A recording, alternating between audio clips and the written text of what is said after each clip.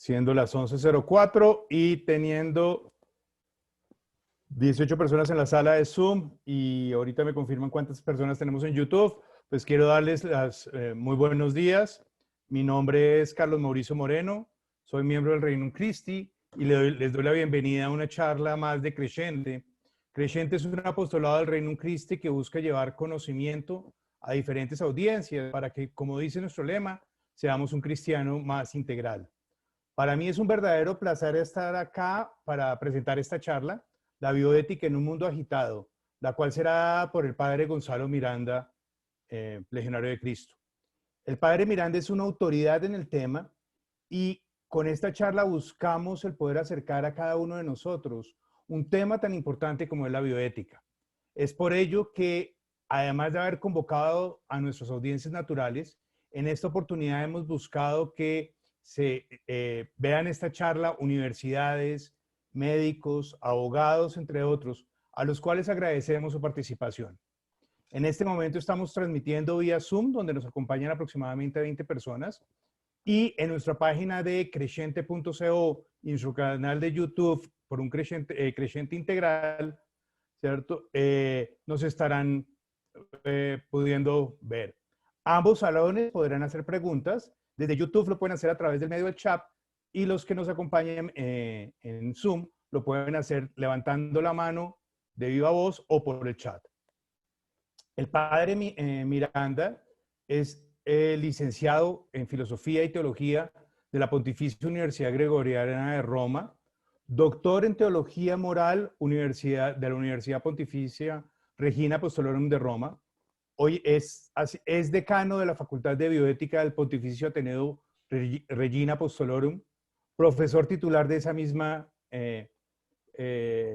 universidad en la Facultad de Bioética, y además es profesor invitado en diferentes universidades de teología. Es director del Instituto de Bioética y Derechos Humanos del APRA, director de la revista Estudia Bioética, miembro de la Junta Directiva de la Federación Internacional de Bioética Personalista. Ha publicado más de 44 artículos en revistas académicas y 63 colaboraciones en volúmenes de varios autores, además de haber escrito varios libros sobre el tema de la bioética. Como verán, es toda una autoridad en el tema. Ha impartido más de 480 conferencias en más de 180 ciudades de varios países, tales como Italia, España, Portugal, Francia, Alemania, Austria, Suiza. En Latinoamérica ha estado en Cuba, Guatemala, Nicaragua, Costa Rica. El plan de Crescente era haberlo tratado de traer este año para que en persona nos hubiera dado esta charla, pero por los temas de la pandemia lo estamos haciendo de una manera virtual y esperamos que nos pueda acompañar en esta y otras más charlas. No siendo más, los dejo con el padre Miranda. Padre Miranda, bienvenido.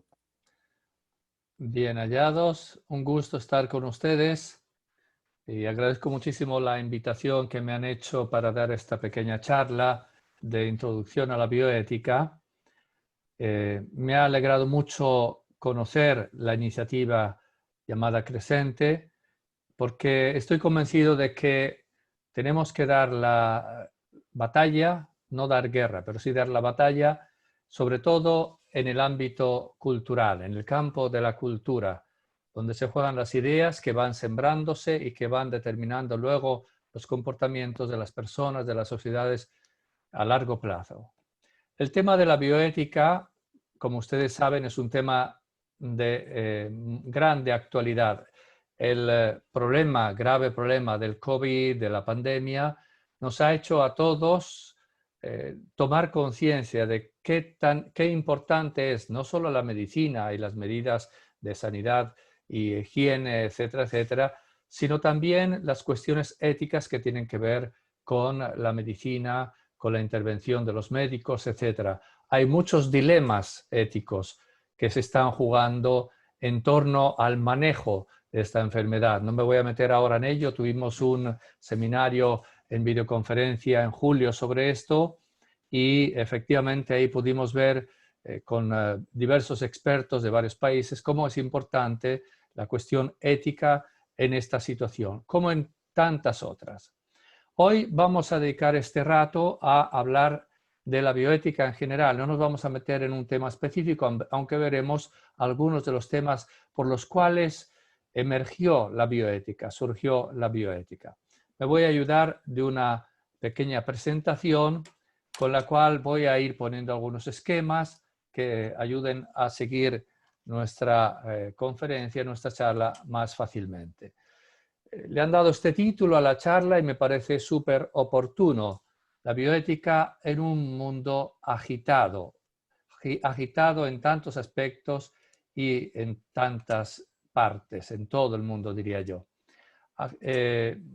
Yo soy, como hemos visto, el padre Gonzalo Miranda y agradezco de nuevo a Crescente esta iniciativa. Y sin más, vamos a preguntarnos cuál es el origen y el significado del término bioética. ¿De dónde viene esa palabra? Esa palabra viene del griego. En el griego, como muchos de ustedes seguramente saben, hay dos palabras que se componen en esta palabra llamada bioética, hoy tan conocida en muchas partes del mundo. En griego existe la palabra bios, que significa vida, de ahí biología, biografía, etc. Por lo tanto, estamos hablando de algo que tiene que ver con la vida, pero no es biología, es otra cosa. La otra cosa es la que está representada con la palabra griega ethos, así con la Z que se llama, que significa ética. Es decir, estamos ante algo que tiene que ver con la ética de la vida. Sin embargo, si uno lo piensa bien, no podemos decir que hay una ética de la vida. No hay una ética de las plantas, de los animales, etcétera, etcétera, si está bien que crezcan o no, si deberían crecer menos. No, la ética siempre, la reflexión ética y la experiencia ética o moral, vamos a dar como sinónimos las dos palabras ética y moral, la ética tiene que ver siempre con comportamientos humanos. Siempre hay un ser humano que actúa libremente y solo porque actúa libremente nos preguntamos si hace bien o mal desde el punto de vista moral ético. Por lo tanto, la ética o moral tiene que ver con los actos humanos, pero la bioética, bios, ethos, se refiere a la reflexión ética sobre los actos humanos, conscientes y libres, en relación con la vida del ser humano, la vida propia, la vida de otros seres humanos y también con la vida en general. Hay todo un capítulo, por así decir, de ética que se dedica a estudiar la ética ambiental o ecológica, etc. Vamos a entrar un momento para entender bien qué es la bioética, a ver la prehistoria y la historia de la bioética. Es decir, esta charla la vamos a dedicar sobre todo a ver cómo surgió esta cosa extraña que surgió en los años 70, 1970, o sea, es muy reciente como disciplina. No es como la filosofía con los presocráticos, etcétera, etcétera, 500 años, 600 años antes de Cristo, en Grecia, etcétera. Es una disciplina muy reciente. ¿Cómo surgió? ¿Qué pasó para que surgiera este movimiento de ideas y esta disciplina académica que llamamos bioética? Vamos a hablar de lo que yo llamo los afluentes históricos de la bioética. Ante todo, la palabra bioética fue utilizada en primer lugar por un pastor protestante allá en los años 30, cuando él hablaba en una revista en 1927 y luego publicó otros textos poco después del imperativo bioético, es decir, se hacía referencia al imperativo categórico ético propuesto por Kant, que dice hay que tratar a toda persona como persona y nunca reducirlo a un mero medio. Y él dijo, no solo a las personas, sino también a todo ser viviente hay que respetarlo como fin en sí mismo y no solo como medio. Esta afirmación, para mí por lo menos, es pero que muy discutible. Es en el sentido de que, en una visión concretamente cristiana, todos los demás seres creados han sido creados para el ser humano, que es fin en sí mismo, el único creado a imagen y semejanza de Dios. Todo lo demás son medios, que no significa que esté bien que los despreciemos, que abusemos de ellos, pero no son fin en sí mismo. Pero bueno, dejemos a un lado esta cuestión. El hecho que nos interesa ahora es que este Fritz ya, este teólogo protestante, utilizó la palabra Bioethik en alemán en aquellos años, pero luego esa palabra quedó simplemente en sus artículos, no sé si alguien los leyó. Y vino después, en los años 60 y 70, este otro autor, Van Resselt-Potter, del cual hablaremos al final un poquito, que en 1970 utilizó la palabra bioética primero en un artículo y luego en un libro, la palabra bioethics, con un sentido similar al de Yar, pero un poco distinto. Él entiende por ethics el mundo de los valores humanos, las ciencias humanísticas, y por bio el mundo de la biología, de las ciencias empíricas. Y a partir de ese momento, 1970, cuando él publicó un famoso libro del que hablaremos luego, la palabra bioética se difundió rapidísimamente en todo el mundo. Hablaba de esos afluentes que llevaron al nacimiento de la bioética. Podemos representarlo de alguna forma así. Imaginemos un afluente, un río, no muy grande, un río que tiene agua cultural, que podemos llamar la tradición clásica. Y por tanto me refiero a la tradición greco-latina, de la cual hablaremos un momento enseguida. A este afluente se le unió otro afluente que apareció más tarde, que es la tradición cristiana, que de algún modo recogió la tradición hebrea, de lo que nosotros cristianos llamamos el Antiguo Testamento, y con el mensaje de Cristo, por lo tanto, al inicio de la era cristiana, del año 1, empezó a unirse en Grecia, en Roma, etc., este afluente al otro, y los dos confluyeron en un río que siguió adelante por siglos, influyendo notablemente la cultura, la visión ética, como veremos enseguida. Sucedió que más adelante, veremos cuándo, ya estamos en el siglo XX, se agitaron las aguas tremendamente y veremos por qué. Lo que pasó con el régimen nazi, los abusos por parte de médicos, etc., agitó las aguas, fue un shock que agitó las aguas de la ética que parecía tranquila, más o menos universal, aceptada y no digo vivida, pero sí aceptada teóricamente por la cultura de los diversos países. Y luego siguió adelante, hubo otra agitación en los años 60 que llevó al nacimiento de la bioética, por una serie de preocupaciones, precisamente por estas agitaciones, sobre todo en esos dos momentos. Vamos a ver entonces la tradición clásica de la antigüedad, la tradición cristiana, el desarrollo de los derechos humanos a partir del proceso de Nuremberg y la reacción, sobre todo en ámbito médico, la preocupación ética por controlar los abusos, evitar en cuanto sea posible los abusos de los médicos en relación con la vida humana, y finalmente el nacimiento de la bioética. Rapidísimamente, dos notas sobre la tradición clásica. Antes de seguir, quiero volver a afirmar que es importante conocer qué ha pasado antes para entender qué está pasando hoy. Y yo me refiero a estos dos afluentes, la tradición clásica grecolatina y la tradición cristiana, no porque no considere que es importante, no sé, la tradición africana, la tradición del lejano oriente, China, etc., sino porque, como veremos, la bioética nació en los años 60, 70, en Estados Unidos concretamente, en primer lugar, y por lo tanto en el humus, el terreno cultural que era influido, regado durante siglos por esa visión clásica grecolatina y por esa visión cristiana, esos dos afluentes. La tradición clásica es la tradición que llamamos greco-latina. Lógicamente, ellos no utilizaban la palabra bioética, no tenían tratados de bioética, ni siquiera de ética médica en sentido estricto.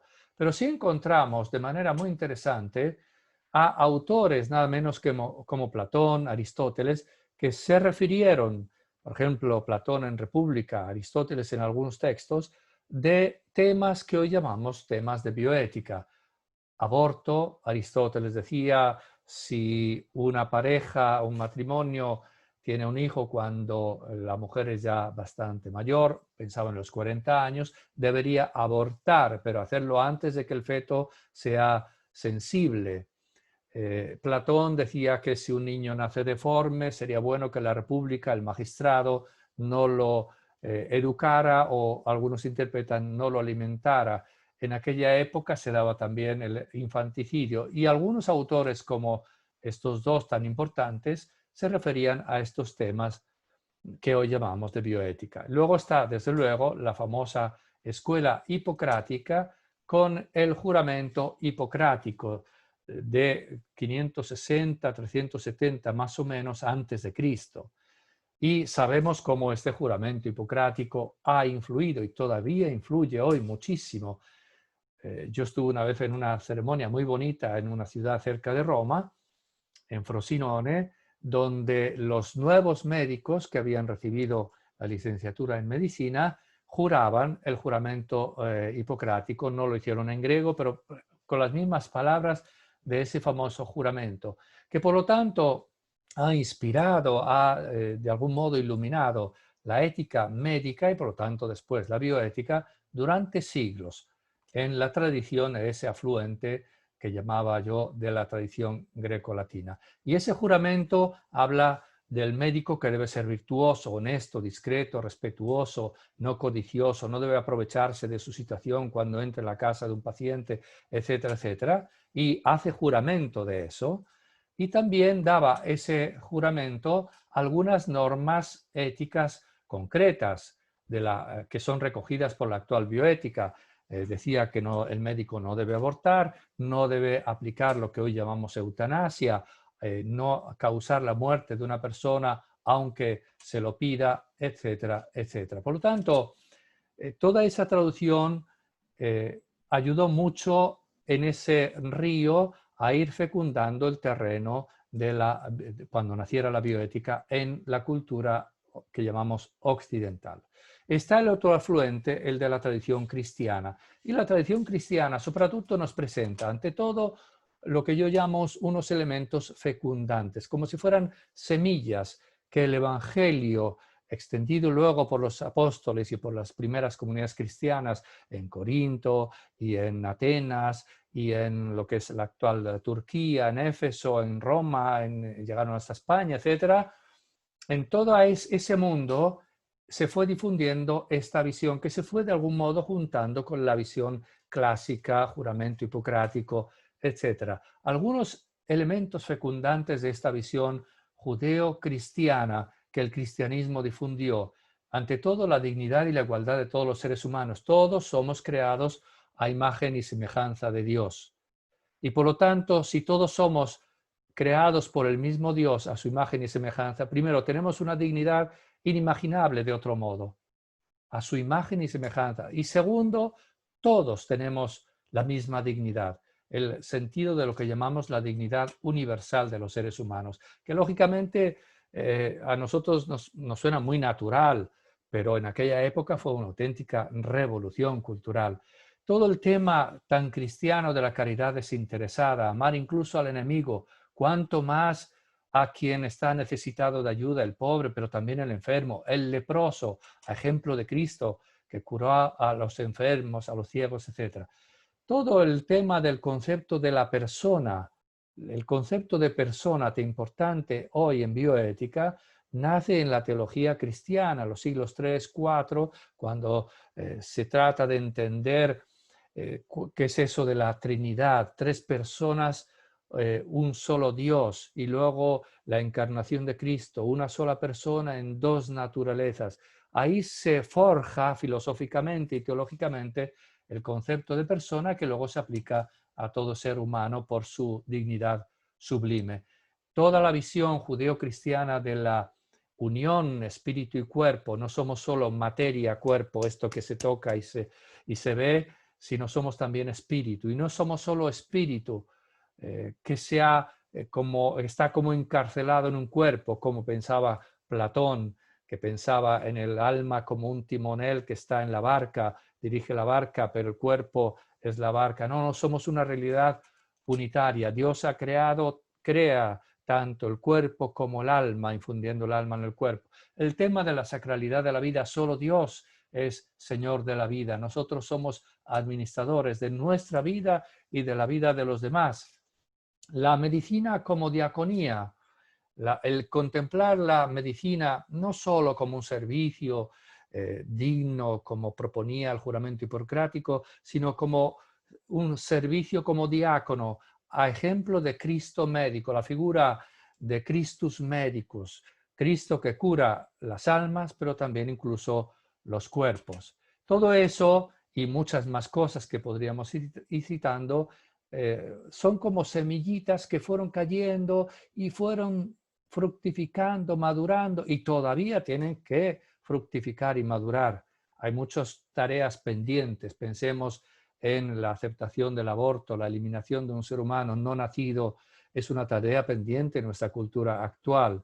Y así otras muchas tareas, pero esas semillas han ido creciendo, forjando la planta y dando frutos poco a poco. Pero además de esas semillas, el cristianismo introdujo una práctica secular en el ámbito de la medicina. Podemos decir que durante 17 siglos, hasta la Revolución Francesa, prácticamente en Occidente la medicina estaba en manos de los cristianos, obispos, sacerdotes, monjes, congregaciones, órdenes religiosas que nacían con el carisma de atender a los enfermos, etcétera, etcétera. Luego llegó la Revolución Francesa y se empezó un proceso de estatalización, mayor intervención del Estado en educación, en medicina, en otras muchas cosas, que por una parte aporta muchos recursos a estos sectores como educación y medicina, por otra parte a veces también puede crear problemas. Y todavía hoy la presencia de los católicos, concretamente en hospitales, clínicas, centros de atención, etcétera, etcétera, a las personas más necesitadas, es una presencia importantísima. Ahora bien, si tenemos en cuenta esas semillas y tenemos en cuenta la práctica continua de la ayuda a los enfermos, podemos imaginarnos que surgió una reflexión ética. Si yo practico algo y lo practico con unos principios inspiradores, en un momento me pregunto, bueno, ¿esto está bien o está mal? ¿Es correcto o no es correcto? Y efectivamente empezó a surgir una reflexión ética que todavía era anterior al nacimiento de la bioética, pero durante siglos se dio una reflexión teórica en el mundo cristiano, concretamente por parte de la teología moral. La teología moral en los tratados del medioevo, sobre todo hacia el final del medioevo y el Renacimiento, se proponían y trataban algunos de los temas actualísimos de bioética en una tradición, en una corriente, al tratar el tratado así llamado de justicia, o sea, cuando se planteaba la reflexión de la teología moral en torno a las virtudes, estaban las 4 virtudes cardinales, prudencia, etcétera, y justicia. Y entonces ahí solían desarrollar temas de la actual bioética, el aborto, el infanticidio, el suicidio, la esterilización, etcétera, etcétera, está bien, está mal, dentro del tratado de justicia, porque hay que ser justos con la vida, dar a cada uno lo que es suyo, y la vida es lo más elemental de cada uno. Y en otra tradición, en otro planteamiento de la teología moral, cuando se estructuraba la reflexión de la teología moral en torno a los mandamientos, se llegaba al 5º mandamiento, no matarás, entonces ahí algunos autores desarrollaban temas de la actual bioética. Voy a saltar esto para... veo que el reloj sigue corriendo indefectiblemente, no me espera, así que salto esto. Y voy a simplemente hacer una mención de cómo en esta tradición, en este afluente de la tradición cristiana, ha tenido un papel muy importante y tiene un papel muy importante el magisterio, lo que llamamos magisterio concretamente, el magisterio pontificio del obispo de Roma, especialmente desde Pío XII. Pío XII algunos lo han llamado un bioeticista ante litteram, porque además de tratar temas actualísimos de bioética, los trató además con la metodología que tratamos de aplicar cuando desarrollamos la bioética, que es una metodología interdisciplinar de los aspectos científicos, legales, teológicos, filosóficos y llegar a una conclusión ética. Y efectivamente Pío XII, si uno ve la lista de los temas que trató, se da cuenta de que habló, lógicamente no hizo un tratado de bioética, pero en discursos, radiomensajes, etcétera, habló muchísimas veces sobre inseminación artificial, lo que hoy llamamos reproducción asistida, sobre eutanasia, medios ordinarios o extraordinarios en medicina, el famoso ensañamiento terapéutico, analgésicos, trasplantes, aborto y puntos suspensivos. Y pues bastaría tener en cuenta unos cuantos documentos que el magisterio ha ido publicando en estos años, después de Pío XII, Pablo VI, Humano Vitae, de aborto procurato, Iura et Bona sobre la eutanasia, Donum Vitae y Dignitas Personae sobre la reproducción asistida, Evangelium Vitae sobre el respeto de la vida y aborto y eutanasia, la Laudato Si sobre la bioética y el respeto del ambiente, etc. Entonces, muchísimos temas en los cuales el magisterio ha percibido la conveniencia, incluso la necesidad de intervenir con su enseñanza. Y vamos al momento en el cual se agitan las aguas. Como decía, hay un momento en el cual esta visión, que era desde el punto de vista teórico, luego cada uno pues, era coherente o no con la visión ética que tenía dentro, porque todos somos débiles y podemos faltar, etcétera. No digo, por lo tanto, que no se daban abortos, pero todo el mundo sabía que el aborto era inaceptable, etcétera, etcétera. Pero llegó un momento en que esa visión se agitó, y se agitó porque hubo un escándalo, lo que yo llamo el shock de Nuremberg. ¿Qué es lo que pasó ahí? Pasó que, como sabemos, tras la Segunda Guerra Mundial, fueron juzgados unos cuantos militares de las SS nazis por crímenes de humanidad. Pero para nosotros, para el nacimiento de la bioética, lo más importante es que fueron juzgados y también condenados algunos médicos que eran súper reconocidos como eminencias en su época, profesores de universidades, etcétera, pero que se habían prestado para hacer sobre todo dos tipos de operaciones que se consideraron totalmente inaceptables desde el punto de vista de la ética médica. Uno fue, un tipo de comportamiento fue el hacer experimentos abusivos, sin ningún respeto por la dignidad de la persona, por ejemplo, para ver cuánto resiste el cuerpo humano al frío, para ver si podían ir a hacer la campaña contra Rusia y llegar hasta Moscú en invierno. Entonces querían saber simplemente cuánto aguanta el cuerpo humano el frío. Bueno, pues tenían lo que ellos llamaban Lebenssubverten-Lebens, vidas que no dignas de ser vividas, prisioneros, enfermos mentales, etcétera, los ponían en agua que iban enfriando poco a poco y el médico iba tomando nota para ver a qué temperatura perdía el respiro, en qué temperatura moría, etcétera, etcétera. Y de eso sacar unas fichas para tener datos por el bien de Alemania, el bien del ejército, el bien de las futuras generaciones, etcétera, etcétera. Y así podíamos citar otros muchos experimentos que hicieron y por los cuales fueron condenados allá en el proceso de Norimberga. Y el otro tipo de acción por el cual fueron condenados fue el programa de eutanasia o muerte digna, como le llamaban, con una carta de Hitler a su médico personal Brandt, indicándole que podía dar inicio a ese programa, por el cual, por compasión, el Estado ponía fin a la vida de esas Lebenssubverten-Lebens, vidas indignas de ser vividas, minusválidos mentales, veteranos de la Primera Guerra Mundial, etcétera, etcétera, que por una parte sufrían, por otra parte no se daban cuenta los enfermos mentales que sufrían, pesaban mucho en la economía del país y entonces, bueno, el Estado les daba el servicio de la eutanasia o muerte digna. Y se lo daba solo a los alemanes, no a los extranjeros, no a los judíos, etcétera, a los alemanes. Luego, algunas de las técnicas, como las cámaras de gas que inventaron para el programa de eutanasia, las aplicaron también en los campos de exterminio. Entonces, ¿qué pasó eso? Que eso fue un auténtico shock, sobre todo en ámbito médico. En otros ámbitos no hubo mucha atención a este aspecto de la condena de los médicos, pero en el mundo médico en general hubo una especie de shock. ¿Cómo es posible que nosotros médicos seamos capaces de hacer cosas de ese tipo? ¿Qué hay que hacer entonces para evitarlo? Y entonces se formuló lo que se llamó precisamente el Código de Nuremberg, con algunas normas éticas, sobre todo en relación con la experimentación sobre seres humanos.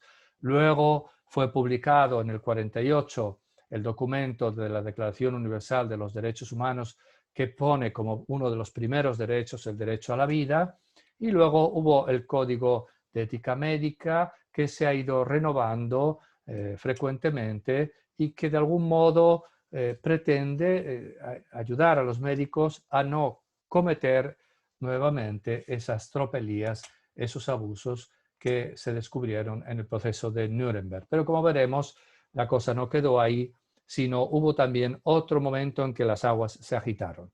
Y vamos ya al momento en el que nace la bioética. ¿Qué es lo que pasó ahí? Pasó que después del shock de Nuremberg se dieron una serie de cambios o de factores en general que llevaron a un cambio profundo en la visión por parte de la sociedad en general de la medicina, de la experimentación y de la ética médica. ¿A qué me refiero? A una serie de elementos como, por ejemplo, el progreso médico, que se dieron a partir de los años finales de los 50 y hasta los 70, y desde luego han seguido. Uno es el progreso médico. Resulta que ha habido progresos médicos después de la Segunda Guerra Mundial extraordinarios, pero muchos de esos progresos, de esos avances, han puesto problemas éticos a veces dramáticos. Veremos uno o dos ejemplos. Pero también no solo el progreso médico, que a veces pone puntos interrogativos sobre cuestiones éticas, sino también abusos. Es decir, aquello que se había dicho después del proceso de Nuremberg, jamás se debe repetir eso, que los médicos abusen sin respetar la dignidad humana, por ejemplo, para hacer experimentos, se repitió. Y se repitió concretamente en Estados Unidos, aunque lógicamente no solo allá. Y eso generó una situación de desconfianza, incluso de miedo a la medicina en la sociedad. ¿Qué pasa con los médicos? Son capaces otra vez de caer en esos abusos. Entonces, ¿qué hay que hacer? Hay que hacer una reflexión ética y hay que poner normas éticas además de normas jurídicas. Se vio también, además, la necesidad de hacer que no fueran solo los médicos los que, en su conciencia, desde luego ellos lo tienen que hacer, pero que no fueran solo ellos los que dijeran que está bien y que está mal, sino que hubiera intervenciones externas a la medicina por parte de filósofos, de teólogos, de juristas, de la sociedad en general. Y entonces empezaron a nacer comités interdisciplinarios de bioética, es decir, un comité ético en un hospital no debería ser formado solo por médicos, sino también por otras personas de otras categorías académicas, de otra formación. ¿Por qué? Porque no se trata de problemas meramente médicos, son problemas éticos y también meramente humanos. Y otro elemento también que hizo que surgiera la bioética es que todo esto no se quedó solo en el ámbito de los médicos o en el ámbito académico, las universidades, sino que se encendieron auténticos debates en los medios de comunicación social, empezaba la radio, luego la televisión, los periódicos, etcétera, sobre estos temas éticos. Ahora lo veremos en uno de los ejemplos muy significativos. Y desde luego, un factor importante fue la famosa revolución cultural de los años 60, el famoso mayo del 68, la revolución sexual, donde uno de los lemas principales era prohibido prohibir. Hay que dejar que cada uno haga lo que quiera, sea lo que quiera, se comporte como quiera, y eso llevó a una acentuación de la percepción de la importancia de la autonomía, la autodeterminación, y por lo tanto no hay que dejar que el médico diga lo que quiera y haga lo que quiera, sino hay que intervenir como sociedad y el paciente tiene que decir lo que piensa y lo que desea, etcétera, etcétera. Me voy a detener solamente con un ejemplo en uno de los factores que fue el progreso médico que llevó a una serie de cuestionamientos como esos que hemos visto. El hecho de que haya que hacer un trabajo interdisciplinar y que no sean solo los médicos, la polémica social, etcétera, etcétera. Me voy a referir concretamente a este tema de la hemodiálisis. O sea, en 1960 se empezó a utilizar por primera vez un nuevo aparato en un hospital en Seattle, en Estados Unidos, por el cual se podía por primera vez purificar la sangre de un enfermo con insuficiencia renal. Por lo tanto, este pobre enfermo no logra purificar la sangre porque no le funcionan bien los riñones y se hacía que la sangre circulara fuera del cuerpo por esta máquina y fuera purificada por la máquina. Una novedad extraordinaria. Personas que hasta ese momento no sobrevivían, morían y vivían al final con mucho sufrimiento, etcétera, ahora se podían curar o por lo menos se les podía ayudar a vivir mejor. Estupendo, un progreso médico extraordinario, pero este progreso médico creó algún problema ético. ¿En qué sentido? En el sentido sobre todo de que enseguida surgió la pregunta a quién hay que dar prioridad. Había una sola máquina, había una fila de personas que necesitaban purificar la sangre, no podía darse el servicio a todas y por lo tanto había que decidir a quién sí y a quién no. Es uno de los temas clásicos hoy de la bioética, la asignación de los recursos médicos. ¿En qué ámbito una sociedad a qué ámbito debe destinar sus recursos médicos, o un hospital o el médico? Y en aquel momento se puso de manera muy aguda, porque a quién se da la precedencia y por lo tanto a quién se excluye, porque desgraciadamente no se puede dar atención a todos, al más joven o al más anciano, al que está más grave o menos grave, porque a lo mejor el más grave parece que es lo más oportuno, pero a lo mejor el más grave saca poco beneficio del uso del aparato. En cambio, uno menos grave saca más beneficio. Los ponemos simplemente en orden alfabético, pero a lo mejor eso no es prudente. O al que pague más o pague... ¿Qué criterio se sigue? Y entonces, ¿qué pasó? Que se creó en ese hospital de Seattle un comité de ética interdisciplinar. Precisamente porque se dieron cuenta de que era un tema, un problema, un dilema que no era solo médico, técnico, era un problema humano. Entonces, en el comité pusieron, desde luego, a médicos, pero también a enfermeros, pusieron también un teólogo, que siempre se tiene que colar por todas partes, pusieron algún filósofo, algún jurista y una ama de casa. ¿Por qué? Porque era una voz que representaba simplemente el sentido común, la gente que se beneficia o es perjudicada según las decisiones que se tomen. Y luego pasó otra cosa muy interesante que llevó a ese debate en todo el mundo, concretamente en Estados Unidos, la intervención de los medios de comunicación social. Una periodista en la revista Life en el 62 publicó un artículo en inglés con este título: They decide who lives, who dies, the God Committee. Ellos deciden quién vive y quién muere. Y explicó en qué consistía ese comité, le llamó el Comité de Dios, porque si solo Dios es Señor de la vida, estos juegan a actuar como Dios. Entonces, como hacen muchas veces los periodistas, llamar mucho la atención, puso ese título y logró llamar la atención. Y se desató todo un debate en radios, televisiones, etcétera, etcétera. Según un autor como este Johnson, eso fue uno de los factores que llevaron al nacimiento de la bioética.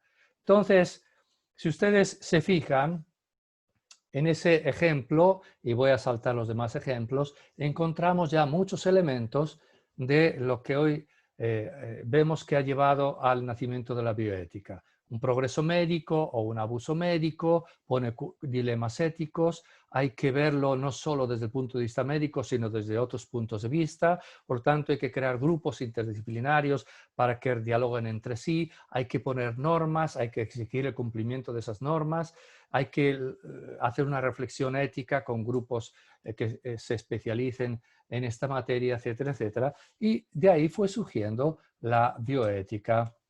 Voy a saltar algunas diapositivas para dejar tiempo a preguntas. Otro de los temas, en este caso me refiero a abusos, fue, por ejemplo, en los años 50, el uso de la talidomida, esa pastillita que tomaban las mujeres embarazadas, que parecía que iba muy bien, se difundió en todo el mundo y cuando se dieron cuenta algunas personas que provocaban nada menos que el hecho de que nacieran niños sin brazos, sin piernas, etcétera, sin embargo, corrompiendo incluso a los jueces, lograron seguir difundiendo esa medicina y por lo tanto también lograron o hicieron que muchos niños, desgraciadamente, nacieran sin brazos, sin piernas, etc. Este fue también otro shock. ¿Cómo es posible que casas farmacéuticas, que jueces, que el Food and Drug Administration de los Estados Unidos haya dado permiso para que se dé esto y que cuando hayan visto que efectivamente estaba sucediendo eso en todo el mundo, hayan logrado que se siguiera difundiendo y usando esta medicina, no, este veneno, porque era un auténtico veneno? Entonces eso creó también un auténtico shock. Y voy a terminar simplemente mencionando a algunos de los personajes que intervinieron en aquel momento para el nacimiento de la bioética. Uno es Van Reselen-Potter, del que he hablado antes cuando he hablado del autor que difundió el término bioethics. En primero un artículo y luego un libro que llamó Bioethics: A Bridge to the Future. Él pensaba en la conveniencia de establecer un puente entre las ciencias humanísticas, filosofía, arte, etcétera, etcétera, la ciencia de los valores humanos y las ciencias biológicas o empíricas en general. Y ese puente nos llevará a salvaguardar la vida en el futuro. Él tenía una preocupación sobre todo de tipo ecologista y también una mentalidad bastante eugenética, controlar los nacimientos, porque el ser humano pues daña mucho el ambiente, etcétera, etcétera. Pero él propuso la palabra bioética, bioethics, bioética, con este sentido: juntar el mundo de las ciencias humanas y el mundo de las ciencias empíricas biológicas. Él no fundó, escribió ese libro, dio alguna conferencia, no hizo mucho más y no fundó un centro o una institución, etc. De todas formas, se le cita siempre como uno de los pioneros de la bioética. Otro de los pioneros es este personaje, André Hellegers, que era un médico ginecólogo que se rebeló totalmente contra la Humanevite en el 68 y poco después fundó, casi como una alternativa al magisterio de la Iglesia, el Kennedy Institute en 70-71 en la Universidad de Georgetown de Washington, Universidad Católica de los Jesuitas. Ahí fundó este Kennedy Institute, que es todavía hoy uno de los centros más reconocidos en todo el mundo. Y lo vio así como vamos a poner en diálogo varias ciencias, disciplinas, y un poco para que la bioética se abra al mundo actual y no haga como el magisterio, que según él era demasiado rígido y no evolucionaba con el mundo actual. Luego, otro autor también de los pioneros es Daniel Callahan. Este era un filósofo, católico también él, que fundó el Hastings Center allá también en Estados Unidos, en este caso en Nueva York. En el estado de Nueva York, en el 69, el Hastings Center, y él también, como filósofo, se rebeló, escribió un artículo muy duro contra Pablo VI y la Humane Vitae en el 69, y ese mismo año decidió fundar este Hastings Center. Y él dice explícitamente, y lo pensé como una alternativa al magisterio católico. Salto a otros pioneros como Edmund Pellegrino, etcétera, etcétera, y me voy al último que voy a citar, que fue mi maestro, Monseñor Helios Grecia, muerto hace un año, que llegó a ser cardenal Helios Grecia, que creó el primer centro en Italia y uno de los primeros, el segundo prácticamente, en Europa. Cuando, pues unos 10 años después, 15 años después de que naciera la bioética en Estados Unidos, el Centro de Bioética de la Universidad Católica del Sacro Cuore de Roma, donde yo tuve la suerte y el honor de ser secretario durante 10 años. Y él planteó una bioética que ha llamado y llamamos bioética personalista, centrada en la dignidad de la persona y de toda persona humana, que haya nacido o que no haya nacido, que esté enferma o sana, etcétera, etcétera, es siempre una persona. Por lo tanto, es una bioética que recoge esos dos afluentes de los que hablaba, la tradición grecolatina, la tradición cristiana, y enfoca toda la reflexión bioética en torno a la dignidad de la persona.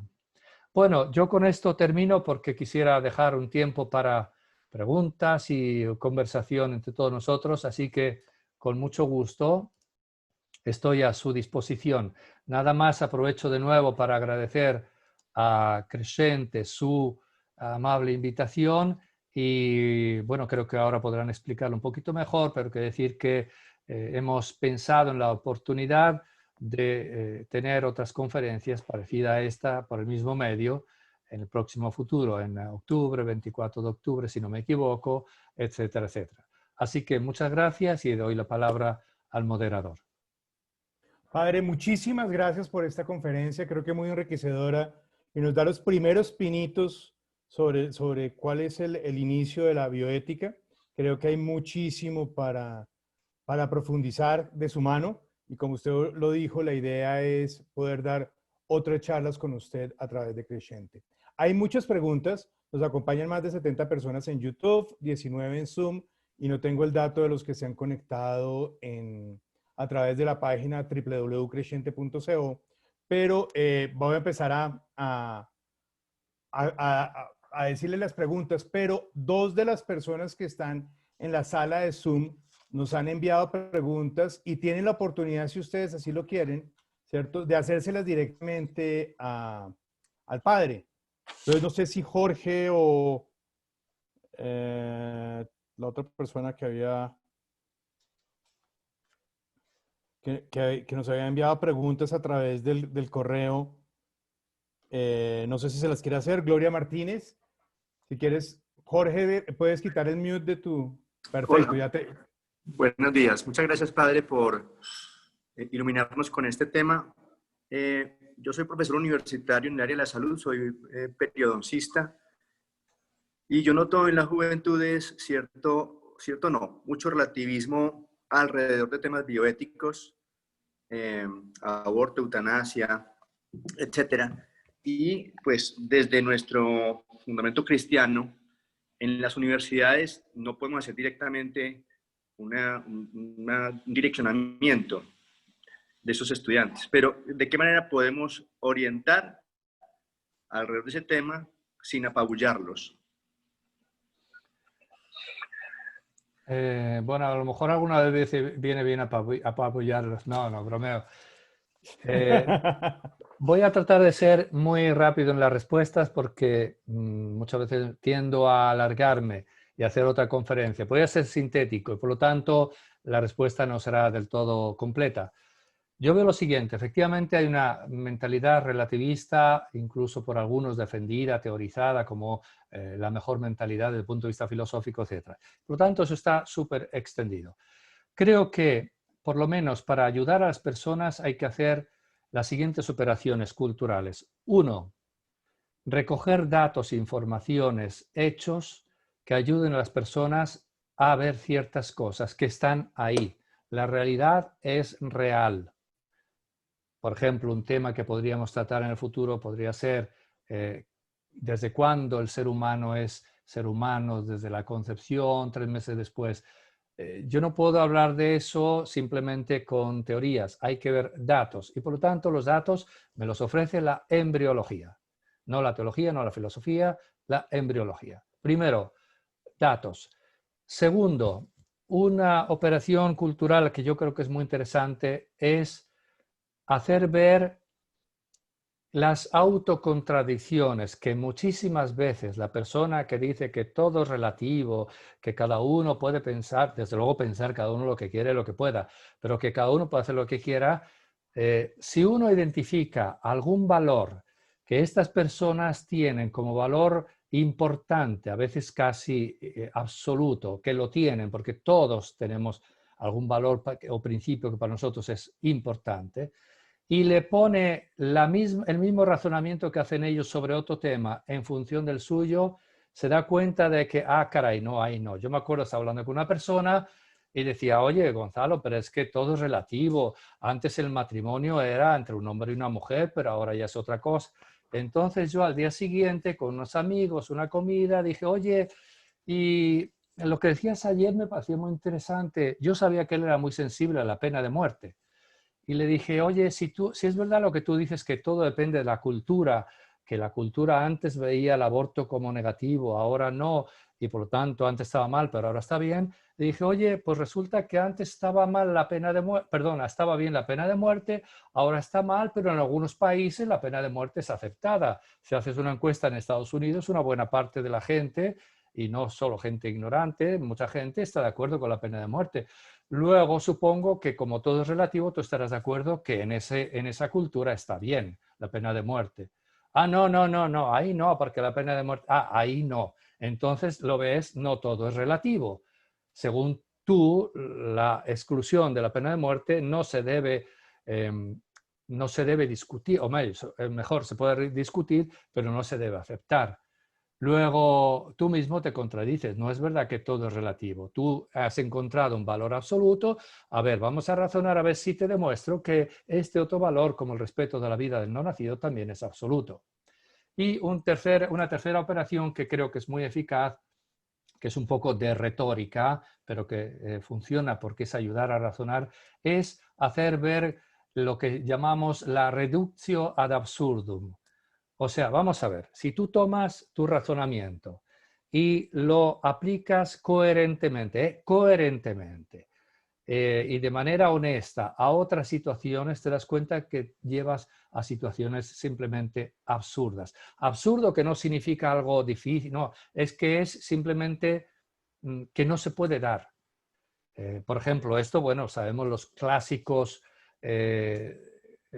socráticos contra los sofistas griegos, para volver a la cultura griega, que decían, vamos a ver, los sofistas decían que no existe la verdad, y entonces los otros decían, bueno, a ver, ¿eso que has dicho es verdad o no? Porque si es verdad, entonces, como no existe la verdad, tampoco eso puede ser verdadero.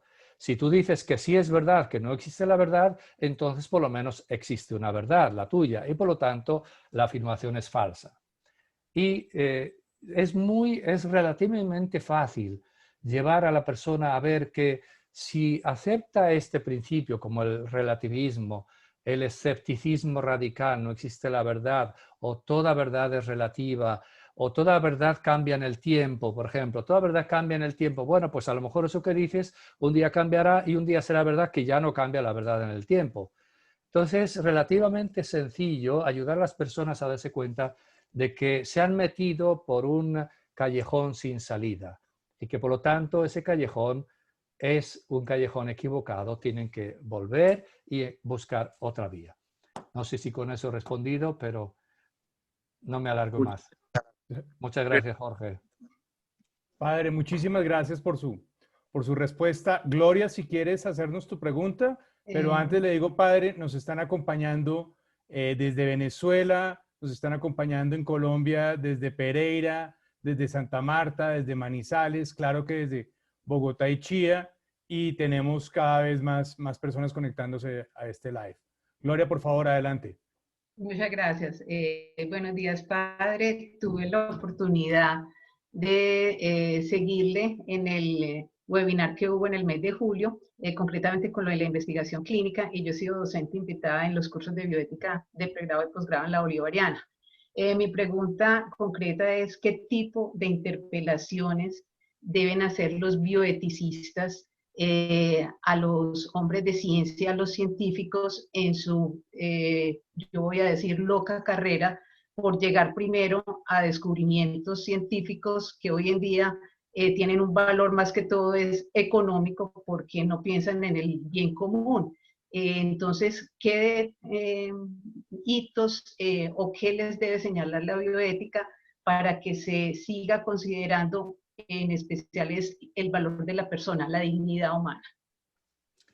Gracias por la pregunta, también muy interesante y también una pregunta que requeriría mucho más tiempo, pero voy a tratar de ser sintético. Yo creo que los bioeticistas lo que tenemos que hacer en primer lugar es tratar de profundizar los temas, de nuevo, con los datos, la reflexión filosófica, etcétera, etcétera, tener las ideas claras.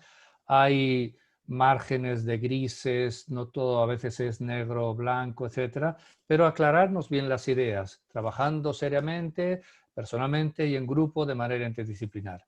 Y una vez que algo lo veamos bien claro desde el punto de vista ético, segunda cosa que tenemos que hacer es ser firmes, honestos, nosotros en primer lugar, nosotros bioeticistas, o la sociedad en general, pero me refiero ahora, según su pregunta, a los bioeticistas. Y no ceder para quedar bien, para, ay, que no me critiquen. Si yo digo que eso no está bien, me van a criticar. Si digo que hay que defender el ambiente, etcétera, etcétera, muy posiblemente voy a quedar muy bien. Pero si digo otras cosas, voy a quedar mal. Entonces, mejor de eso no hablo, hablo solo de lo otro. Ese miedo a ser nosotros mismos y a expresar nuestras convicciones es una lacra, es una plaga que se da a veces entre nosotros bioeticistas y también en la sociedad en general.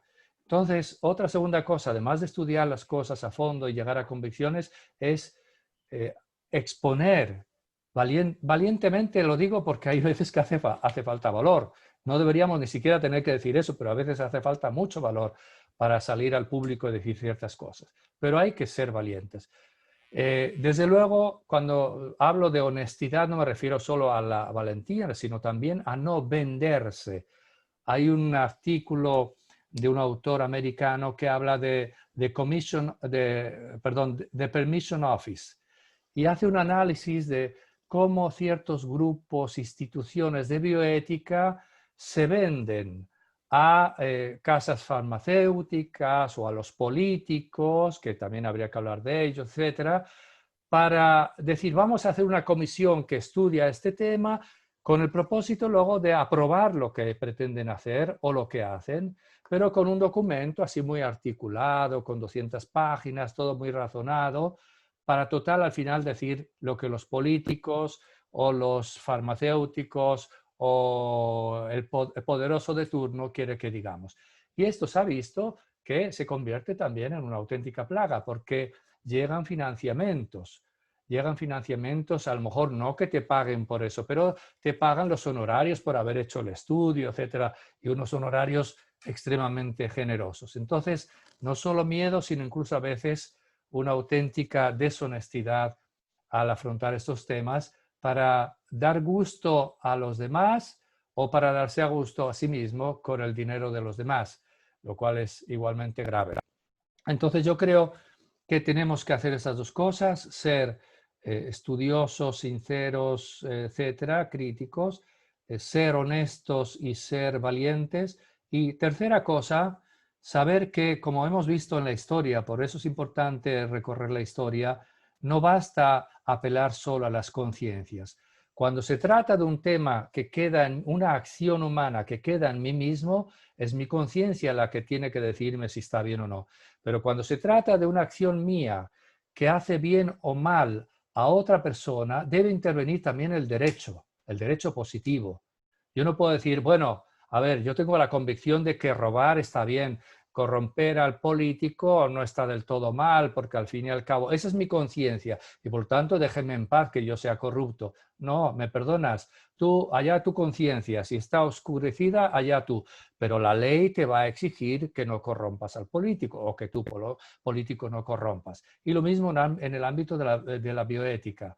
Es decir, que logremos realmente que intervenga la sociedad y la sociedad también a través de los políticos y del legislador y luego también del juez. Hoy, por ejemplo, parece que en Estados Unidos van a anunciar el nombre de la nomination de la juez que sustituirá el puesto dejado por la juez Ginsburg. Y sabemos cómo hay una batalla terrible y va a haber, yo estoy seguro, violencia y todo en las calles. ¿Por qué? Pues porque hay muchos que consideran que la Corte Suprema y cualquier corte lo que debe hacer es legislar sin que nadie les haya elegido, etcétera. Lo que pasó con la sentencia Roe versus Wade de 73 fue un auténtico acto de legislación de la Corte Suprema que se inventó un derecho de la Constitución que no está en ningún sitio. Es más, basándose en el artículo que dice que la Constitución americana establece el derecho a la vida, a la privacidad y a la libertad de la persona. En función de eso, privacidad, por lo tanto, la mujer haga lo que quiera. Eso fue un auténtico insulto a la razón y al sentido legislativo. Y entonces vivimos en una sociedad en la cual también los legisladores y los jueces mismos hacen un poco lo que quieran. Entonces el bioeticista no tiene que hablar solo a los médicos y a su conciencia, cosa muy importante, sino también a los legisladores, a la opinión pública, desde luego, y a los jueces también. Muchas gracias, padre. Gracias, Gloria. Perdón, Rafael Polo tiene la mano levantada, pero ya te la damos, Rafa. Vamos a contestar una de las preguntas que tenemos en el chat de YouTube. Esa pregunta la hace, permítame un momentico, Moisés Humberto Silvera, y le pregunta, padre, ¿cómo debe aportar la bioética a tantos dilemas éticos en tiempos de pandemia? A ver, en tiempos de pandemia, cuando hay confinamiento, pues confinados, como nos hemos hecho en todos estos meses, seguir reflexionando y seguir ofreciendo nuestro servicio como bioeticistas a la sociedad, etcétera, etcétera. Pero además de eso, en tiempos de pandemia, creo que tenemos que aprovechar para reflexionar más y mejor. Creo que, como sucede siempre, como decimos, no hay, en el dicho, no hay mal que por bien no venga, podemos sacar bien de todo mal y también de este mal tan terrible que es la pandemia. Reflexionar más sobre el valor de la vida, reflexionar más sobre la solidaridad, reflexionar más sobre la dignidad de la persona humana, reflexionar más y mejor sobre la dignidad del anciano, de la persona enferma, que son los más expuestos a la gravedad del COVID-19, etcétera, etcétera. Y en lugar de caer en una mentalidad o de aplicar una mentalidad, bueno, los que mueren son ancianos, total, les iba a llegar, etcétera, a lo cual yo respondo también a ti te va a llegar, antes o después. En lugar de eso, al contrario, aprovechar para desarrollar una mayor sensibilidad hacia la dignidad de toda persona humana, también diría, no al final los ancianos, sino empezando por los ancianos, que son los que han ido por delante de nosotros y a que debemos tanto. Entonces, también aprovechar nosotros bioeticistas para llamar la atención a la sociedad en general sobre la responsabilidad que tenemos en todos nuestros comportamientos. Si se hacen experimentos en laboratorio, ahora no me meto en la polémica de el origen del virus, pero se hacen experimentos, atención, si se informa o no se informa honestamente a la sociedad, como ha pasado, desgraciadamente, el gobierno chino no dejó que saliera inmediatamente la noticia de que era un virus que podía contagiar de persona a persona. Es más, lo negó, y lo negó también la Organización Mundial de la Salud, y entonces siguió el virus difundiéndose como si fuera anchas Castilla, anchos todo el mundo. Esos comportamientos, como otros muchos, como los de, no sé, por ejemplo, hacer vacunas a través de procedimientos que no son adecuados, como los de restringir el acceso a las medicinas a ciertas personas de manera discriminatoria, no simplemente por prudencia adecuada, sino discriminando. En fin, toda una serie de problemas éticos que se presentan de manera muy aguda en una situación como la de la pandemia, y nosotros tenemos que aprovechar para ayudar a la gente a reflexionar sobre la importancia de nuestros comportamientos desde el punto de vista ético. Gracias, padre. Por favor, Rafael si quieres activar tu micrófono y tu cámara, y los que quieran hacer preguntas de los que nos acompañan por YouTube, ahí tenemos un par más pendientes, ¿cierto? Pero aprovechemos esta oportunidad que tenemos con el padre y ya pronto les vamos a comentar qué es lo siguiente que vamos a hacer en bioética. Rafael. Buenas tardes. La cámara, no hay mucho que ver, entonces dejémoslo así en audio nomás. Padre, muchas gracias. De nada. Para nadie es un secreto que hoy en día ser católico, pro vida, en contra del aborto, defensor de la familia, de esta estructura básica como fue concebida por Dios, es una profesión de alto riesgo, y opinar así también es un tema de alto riesgo.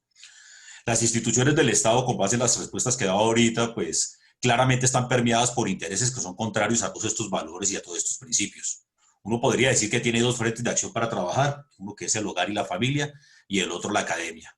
El hogar y la familia cada día sigue siendo más permeada por todas estas directrices y normas políticas y todos estos temas, y la academia, hoy con mucho respeto, pues está siendo bastante pusilánime y se han metido en este fenómeno llamado corrección política, donde en vez de ayudar, al contrario, pues están generando más confusión. En mi concepto, esto es una batalla que nosotros estamos perdiendo. La pregunta mía es puntual. Digamos, nosotros como iglesia, entendidos todos nosotros como iglesia, ¿qué papel deberíamos adoptar? Porque esto es un tema donde ya todos los frentes están absolutamente permeados y atacados.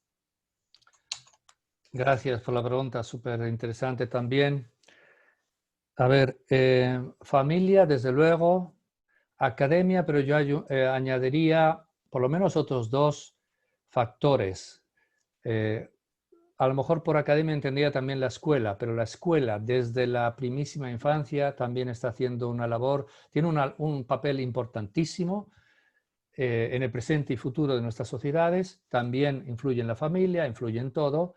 Y desgraciadamente también ahí se ha colado la mentalidad relativista, el políticamente correcto, etcétera, etcétera. Y están impregnando de ciertas ideas que son corrosivas, no digo todas, pero muchas ideas son corrosivas, e incluso ni siquiera de sentido común, de reconocimiento de la realidad. Hablemos de los géneros, que no hay dos sexos, etcétera, etcétera.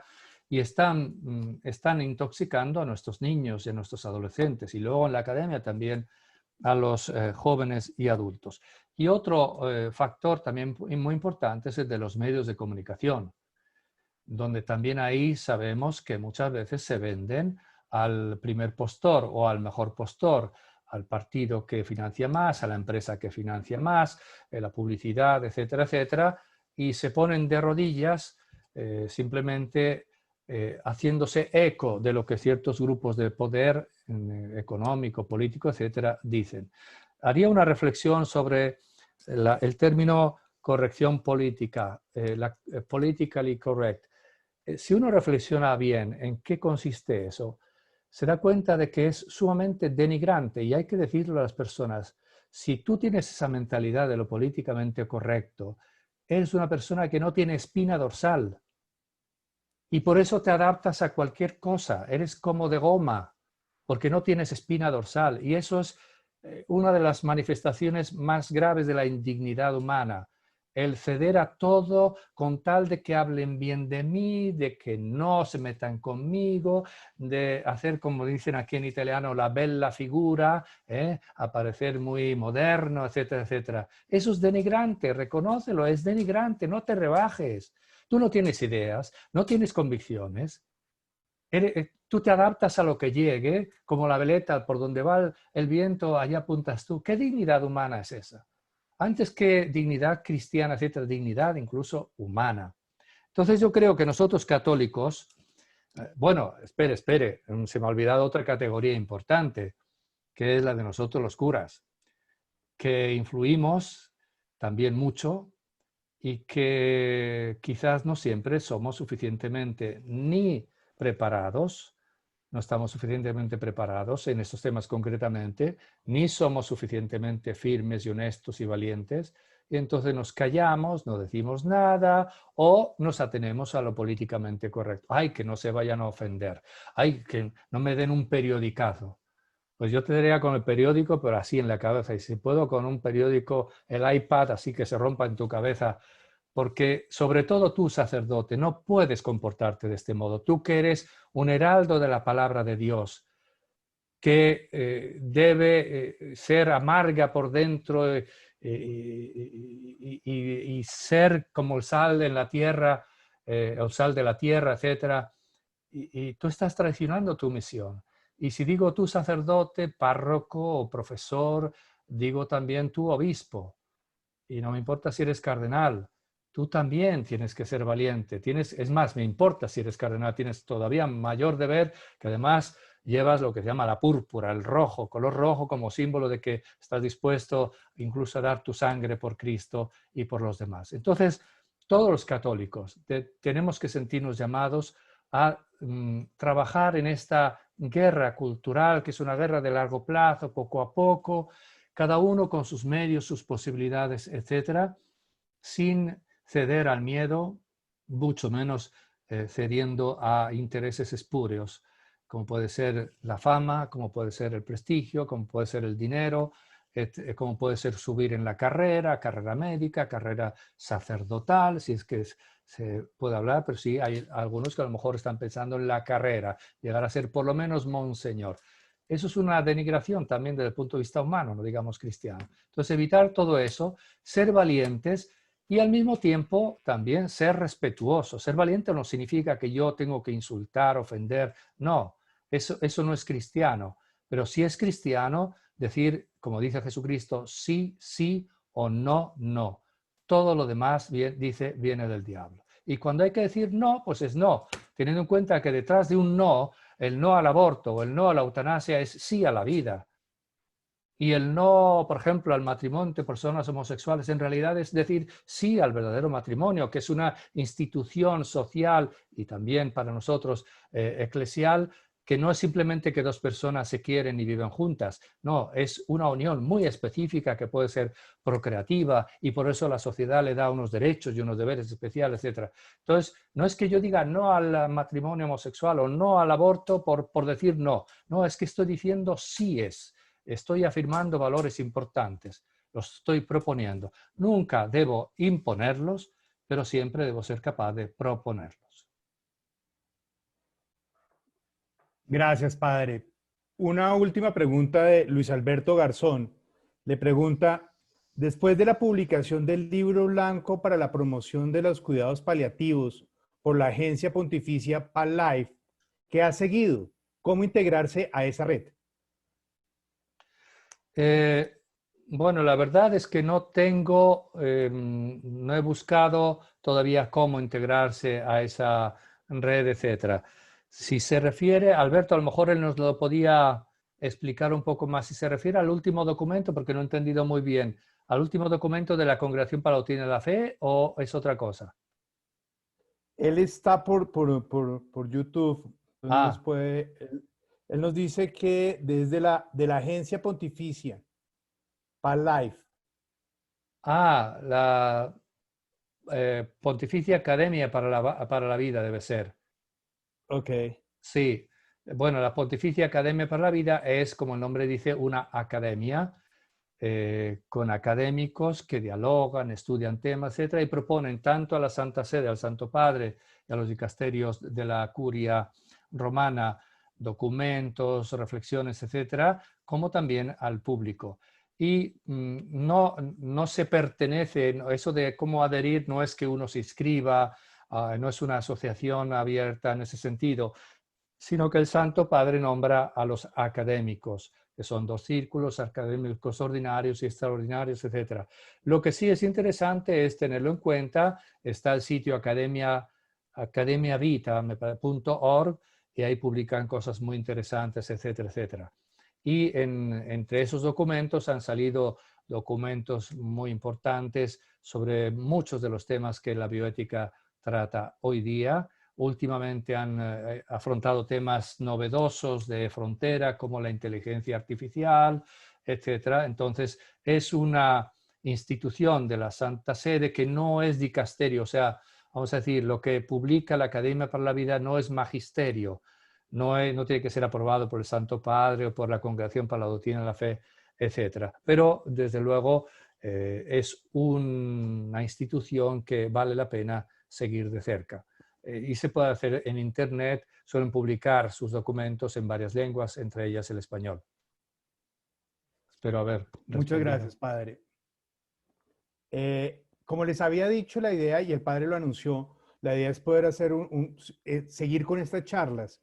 Les acabo de colocar en el chat, tanto de YouTube como de Zoom, una encuesta. Hay 3 temas que queremos proponerles a ustedes, que sea la charla del próximo 24 de octubre. Y esos temas son, 1, ¿desde cuándo el embrión humano es un ser humano?